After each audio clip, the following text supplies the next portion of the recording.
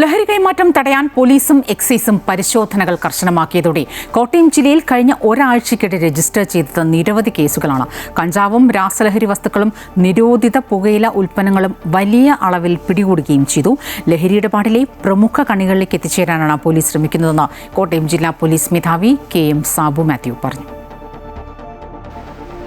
Kerala police നടപ്പാക്കി വരുന്ന ലഹരിവിരുദ്ധ കർമ്മപദ്ധതിയായ ഓപ്പറേഷൻ തൂഫാൻ, എക്സൈസ് വകുപ്പ് നടപ്പിലാക്കുന്ന ഓപ്പറേഷൻ തണ്ടർ എന്നിവയുടെ ഭാഗമായി പരിശോധനകൾ കർശനമാക്കിയതോടെ ലഹരി ഇടപാടുകളിൽ പ്രകടമായ മാറ്റം കണ്ടു തുടങ്ങി. കോട്ടയം ജില്ലയിൽ ഒരാഴ്ചയ്ക്കിടെ 10ലധികം കേസുകളാണ് ലഹരിക്കടത്തും കൈമാറ്റവുമായി ബന്ധപ്പെട്ട് പോലീസ് രജിസ്റ്റർ ചെയ്തത്.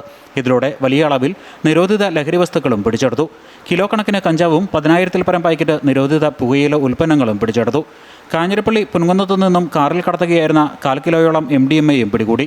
ലഹരി ഇടപാട് കേസുകളിൽ മുൻപ് ഉൾപ്പെട്ടിട്ടുള്ളവരെ കേന്ദ്രീകരിച്ചുള്ള അന്വേഷണങ്ങളിലൂടെയും പരിശോധനകളിലൂടെയുമാണ് നിരവധി ഇടപാടുകാരെ പിടികൂടാൻ കഴിഞ്ഞതെന്ന് ജില്ലാ പോലീസ് മേധാവി KM സാബു മാത്യു പറഞ്ഞു.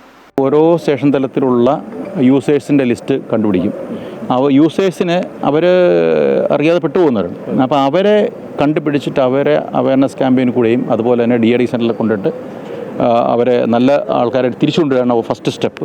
സെക്കൻഡ് സ്റ്റെപ്പ് ലോക്കൽ കച്ചവടക്കാർ ലിസ്റ്റ് എടുക്കുക. ആ ലിസ്റ്റ് എടുത്തിട്ട് അവരെ ഇതിൽ നിന്ന് പിന്തിരിപ്പിക്കാനുള്ള മാർഗ്ഗങ്ങളും റെയ്ഡുകളും കേസ് ഡിറ്റക്ഷൻ ഒരു ഭാഗം നിൽക്കും. പിന്നെ വലിയ തോതിൽ വരുന്ന കള്ളക്കടത്ത് നടത്തി ഇവിടെ കൊണ്ടുവന്ന് വിപണനം നടത്തുന്ന പ്രധാന കച്ചവടക്കാരെ കോൺസെൻട്രേറ്റ് വേറൊരു ടീമുണ്ട്. അത് ജില്ലാ ടീമാണ്. ഈ കഞ്ചാവൊക്കെ പിടിക്കുമ്പോൾ നമ്മളിതിൽ പല പ്രതികൾക്കും 10-40 കേസിൽ പ്രതികളാണ്. പിന്നെ കൂടാതെ ഈ അറസ്റ്റ് ചെയ്യുന്ന പ്രതികളിലെ ഇത് കൂടാതെ ഇവരിലേക്ക് ഫർദറായിട്ട് നമ്മൾ കാപ്പ അതുപോലെ പിറ്റൻ DPS തുടങ്ങിയ പ്രിവൻറ്റീവ് വർക്കിലെടുത്തിട്ട് ഇവരൊരു കാരണവശാലും പുറത്തിറങ്ങാത്ത ലെവലിലേക്കുള്ള ജയിലിടാനുള്ള സംവിധാനങ്ങൾ നിശ്ചയിക്കുന്നുണ്ട്. പ്രോപ്പർ ഫോളോ അപ്പ് നമ്മൾ പ്ലാൻ ചെയ്യുന്നുണ്ട്. അല്ലാതെ ഒരു കേസ് പിടിച്ച് അവിടെ ഒന്നും നിർത്തുന്നില്ല. പ്രോപ്പർ ഫോളോ അപ്പിന് വേണ്ടിയുള്ള സ്റ്റെപ്പുകൾ പോലീസ് എടുക്കുന്നുണ്ട്. കഴിഞ്ഞ ദിവസങ്ങളിൽ പിടിയിലായവരിൽ പലരും ലഹരി ഇടപാടുകളിലെ പ്രധാന കണ്ണികളാണ്. സംസ്ഥാനത്തിന് വെളിയിൽ നിന്നുള്ള ലഹരി ഒഴുക്ക് തടയുന്നതിനുള്ള ഊർജിത ശ്രമങ്ങൾ ഫലം കണ്ടുവരുന്നതായും പൊതുസമൂഹത്തിൻ്റെ വലിയ പിന്തുണ ലഭിക്കുന്നതായും കോട്ടയം SP കൂട്ടിച്ചേർത്തു. പോലീസിനൊപ്പം എക്സൈസ് വകുപ്പിൻ്റെ ഊർജിതമായ പരിശോധനകളിലൂടെയും ഒരാഴ്ചയ്ക്കിടെ നിരവധി കേസുകൾ രജിസ്റ്റർ ചെയ്യുകയും 10ലധികം പേരെ അറസ്റ്റ് ചെയ്യുകയും ചെയ്തിട്ടുണ്ട്.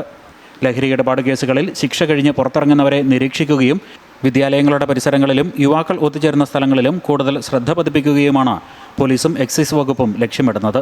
അമൃത ന്യൂസ്, കോട്ടയം.